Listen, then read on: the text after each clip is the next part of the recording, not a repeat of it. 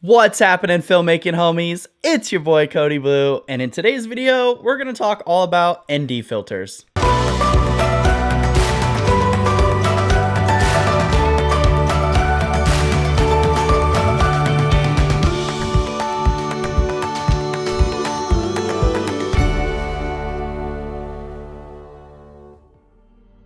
Welcome back to the channel, everybody. I'm sure you already know, but I really appreciate you guys tuning in. We actually just passed 4,000 subscribers here on the channel, and I'm super stoked, and I'm trying to come up with something cool for you guys for when we hit 5,000. So thanks for those of you that subscribe.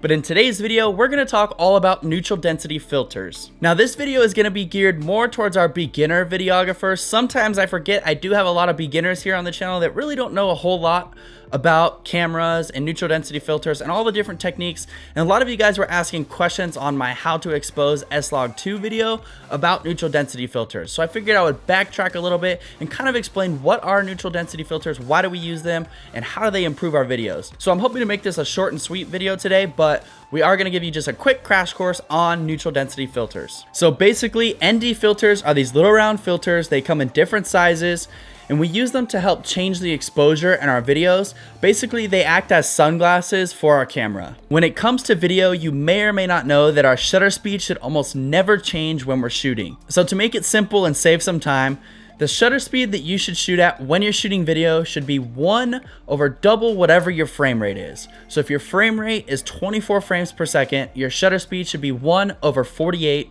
or whatever's closest. For most cameras, that's going to be 1 over 50.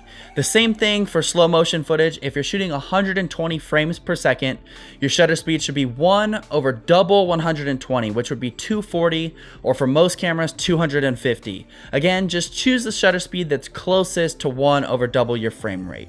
Now, the reason we want to use 1 over double our frame rate for our shutter speed is because they're going to give us the most cinematic looking motion blur and give us that same look that we're used to seeing when we watch creative style videos.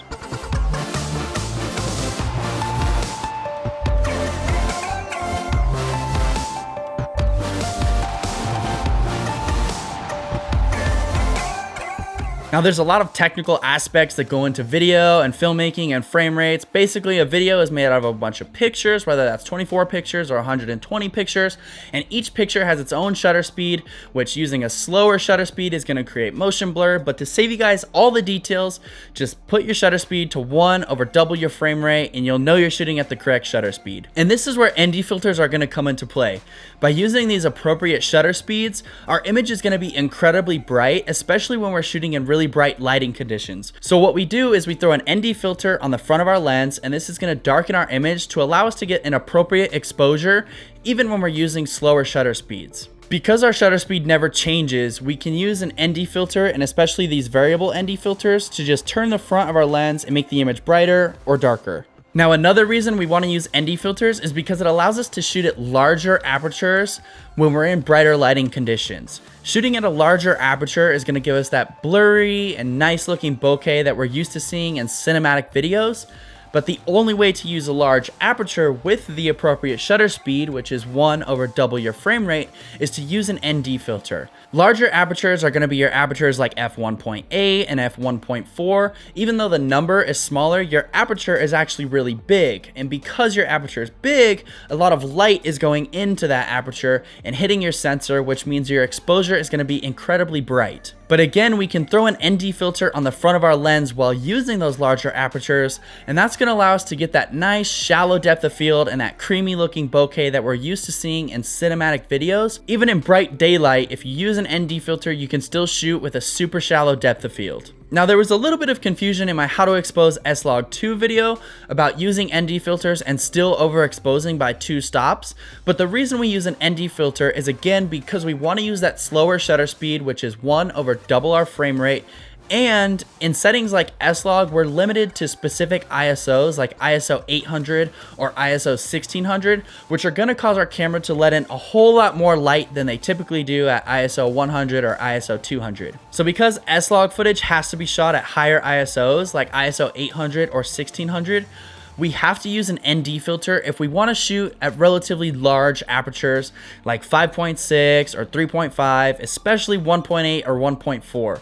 Now you could expose your footage by cranking your aperture down to like f16 or f22, but in my personal opinion, those apertures aren't going to look as cinematic and pleasing because you don't get that blurry background that we like to see. So again, by using an ND filter, we're able to put it on the front of our camera with our ISO at 800, with our aperture at 1.8, and our shutter speed at 1/50, and we can change the exposure just by turning the front here. Again, because our shutter speed is never going to change when we're shooting video, our only options are to either bring down our ISO, which in S-Log we can't bring our ISO down because it's limited to 800, or we can crank up our aperture to f22 or f16 or a larger number like that, but we're not going to be able to get that blurry background that we like to see. So our only other option is to physically darken the lens, and we do that by putting an ND filter on the front.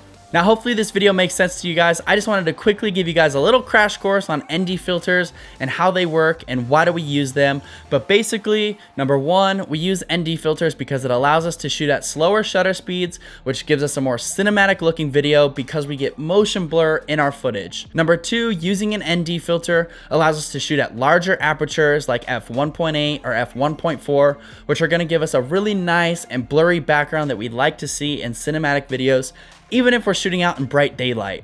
And lastly, we want to use ND filters to help us with our S-Log footage because S-Log has to be shot at higher ISOs like 800 and 1600, which are just going to be way too bright if you want to use larger apertures like f1.8 and f1.4.